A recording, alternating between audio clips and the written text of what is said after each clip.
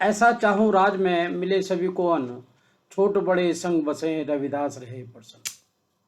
ऐसे विचार रखने वाले महापुरुष जिन्होंने अपनी वाणी के अंदर अनेकों अनेक प्रकार से अनेकों अनेक बार समाज को, देश को रोशनी देने का काम किया है। ये जो मैंने अभी वाक्य कहा है, ये मानव अधिकार की पुस्तिका पर पहले पेज पर लिखा हुआ है और संत गुरुदास की इस वाणी के माध्यम से ही सब निर्णय और सब अधिकारों की बात होती है। और आज देश में ये मांग भी है। आज समाज, देश, सभी लोग चाहते हैं कि ऐसा राज होना चाहिए जहाँ छोटे बड़े संग बसें और रविदास रहें प्रसन्न, जहाँ ऊंच नीच नहीं होनी चाहिए, सबको अन्न मिलना चाहिए। और ऐसा देखा गया है कि जब जब धर्म की हानि होती है, व्यभिचार बढ़ते हैं, जब जब कोई ना कोई महापुरुष भगवान जन्म लेता है। ऐसे ही मध्यकाल के अंदर धर्म परिवर्तन, मुगलों का अत्याचार जब बढ़ रहा था तो संत रविदास जी, कबीर जी, गुरु दादू जी, गुरु पीपा जी एवं गुरु नानक जी का अवतार हुआ। 1433 की माघ सुदी प्रदांस दुखियों के कल्याण हित प्रकट हुए श्री रविदास, अर्थात विक्रम संवत 1433 सन 1377 में श्री गोवर्धनपुर वाराणसी में माघ पूर्णिमा वाले दिन गुरुदास जी का जन्म हुआ। 16 फरवरी को हम गुरुदास जी का जन्मदिन मना रहे हैं। यह 645वां जन्मदिन होगा। संत गुरुदास जी को प्रेरणा अपने पिताजी से मिली।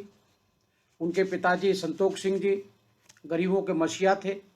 अपनी अधिकतर कमाइयां गरीबों में बांट दिया करते थे और जहां छोटी मोटे झगड़े फसाद हुआ करते थे, आपस में तालमेल नहीं हुआ करता, तो संतोष सिंह जी वहां पर जाकर उसका न्याय किया करते थे। उनके न्याय प्रक्रिया के बारे में हम मान सकते हैं, इस प्रकार भी जान सकते हैं कि राजा बीरबल ने एक बार, राजा ने बीरबल से पूछा कि कहाँ पर किस पंचायत के अंदर उचित और न्याय संगत न्याय होता है, तो बीरबल ने कहा कि वो चमारों की पंचायत है। संतोष सिंह जी उसके मुखिया हैं। ऐसे परिवार में जन्मे और साथ साथ उनकी पत्नी श्रीमती लोना देवी जी औषधि की ज्ञाता थी, न्यायप्रिय थी, दया उनके मन में थी और जिस कारण से वो पूरे समाज के अंदर प्रसिद्ध भी थी। बल्कि वहाँ पर तो आज भी ये परंपरा, ये वाणी चलती है, दुहाई लोना माई की छू। जैसे बीमारी हो जाती है तो बीमारी को इस प्रकार से लोना माई का नाम लेकर उसको छू करने का काम वहाँ पर करते हैं। और यही नहीं, समय काल के अनुसार संत रविदास जी ने एक कल्पना की थी कि बेगमपुरा, ऐसा मैं चाहता हूँ कि बेगमपुरा होना चाहिए जहाँ गम ना हो, ऐसी सब जाति के लोग रहना चाहिए। उन्होंने समाज जाति विहीन की और कोई जाति छोटी बड़ी नहीं होती है, इसकी कल्पना की थी और उसके लिए कई बार उन्होंने संघर्ष किया।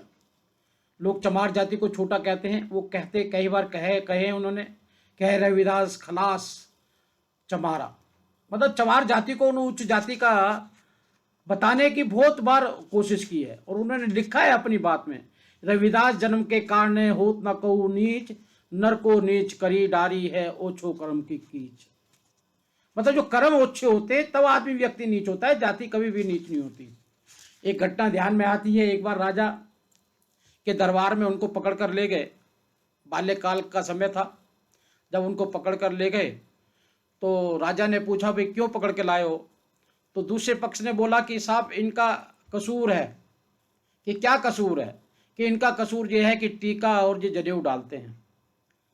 तो संत रविदास जी ने सहज शब्दों में कहा कि टीका और जनेऊ डालना कहाँ अपराध है? कहना अपराध है क्योंकि ये तो बड़ी जातियों का काम है, स्वर्ण जाति के लोग जानते हैं, आप छोटी जाति की हो। कि गुरुदास जी ने सहज स्वभाव से पूछा कि छोटी जाति क्या होती है? उन्होंने कहा आप चमड़े का सामान बनाते हैं। तो संत गुरुदास जी ने कहा कि चमड़े का सामान बनाना कहाँ अपराध है? जो लोहे का सामान बनाता है लोहार कहलाता है, जो माटी के बनाता है कुम्हार कहलाता है। ऐसे ही मैं चमड़े का सामान बनाता हूं तो मैं चमार कहलाता हूं।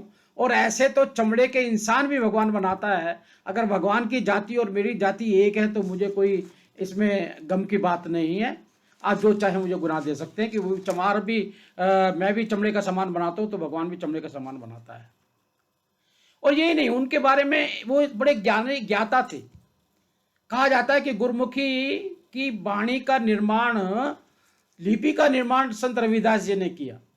और इसके बारे में तथ्य भी मिलते हैं। 1930 के अंदर ये केस गया भी था, कोर्ट के अंदर हुआ, कोर्ट का भी निर्णय हुआ कि उन समय में, क्योंकि ये सब गुरुओं से पहले ये गुरुमुखी लिपि मिलती है, इसलिए गुरुमुखी के ज्ञाता भी वही थे। आज हम देखते हैं संत गुरुदास जी ने कभी भी किसी जाति और धर्म के अंदर संबंध विच्छेद नहीं किया। इसलिए उनके सारे शिष्य जो थे, संत रविदास जी के सारे शिष्य उच्च जाति के थे। छोटी जातियों बड़ी जातियों जो भी उनके पास जाता था, उनकी वाणी को सुनता था तो उनका शिष्य हो जाता था। इसलिए 52 राजा रानियां उनके शिष्य थे, जिसमें महाराजा राणा सिंगा, महारानी आली और मीरा उनकी प्रसिद्ध शिष्या थी। ऐसे उनके बड़े बड़े लोग उनके शिष्य रहे हैं। लेकिन आज जिस प्रकार से लोग व्यवहार कर रहे हैं अपने धर्म को, अपनी जाति को,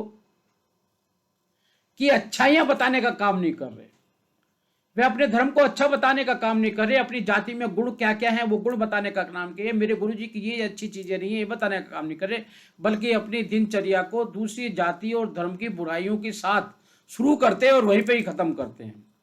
यही कारण है कि जो गुरुदास जी की वाणी थी, सोच थी, विचार थे, उनको हम आगे जिस स्पीड से बढ़ना चाहिए था उस स्पीड से नहीं बढ़ पाए। क्योंकि हमारे लोगों जो होते हैं धर्म के मानने वाले, जब अन्य लोग उनको मानते हैं तो हमें कोई आपत्ति नहीं होनी चाहिए। लेकिन ऐसी अनेक त्रुटियां हमें देखने के लिए मिलती है। और रविदास जी ने अपने पूरे जीवन के अंदर कुछ ना कुछ देने का काम किया है। और मैं भारत सरकार का भी धन्यवाद करता हूं कि उन्होंने वाराणसी के जो रविदास जी का जन्म स्थल है, उस जन्म स्थल के निर्माण के लिए काफ़ी एकड़ ज़मीन उन्होंने अधिग्रहण कर ली है। और वहाँ पे एक रविदास उपवन, बहुत बड़ा उपवन का कार्य भी वहाँ पे चल रहा है। और ऐसे ही जिस प्रकार से उनके सब शिष्य बड़े रहे हैं, उनके अंतिम समय के अंदर मीरा जो उनकी मुख्य शिष्य रही, वह उनसे मिलने के लिए चित्तौड़ गए थे, चित्तौड़ किले में गए थे। और चित्तौड़ किले के अंदर वो जहाँ मीरा का मंदिर है उसके एक कोने में उनकी छतरी भी बनी हुई है। सन 1528 के अंदर उनका निधन हो गया था। 151 साल की आयु उन्होंने प्राप्त की थी। आज हमें 16 फरवरी जब 2022 को हम रविदास जी का जन्मदिन मना रहे हैं, उनके जन्मदिन पर उनकी जो अच्छाई हैं, जो चीज़ें हैं, उनको भी सीखना चाहिए और उनको नमन कर कर समाज में वितरण भी करना चाहिए, ताकि समाज हमारा जातियां चाहे कोई भी रहें संपूर्ण बराबर के होकर हम जी सकें। यही उनके प्रति आज मेरी श्रद्धांजलि है।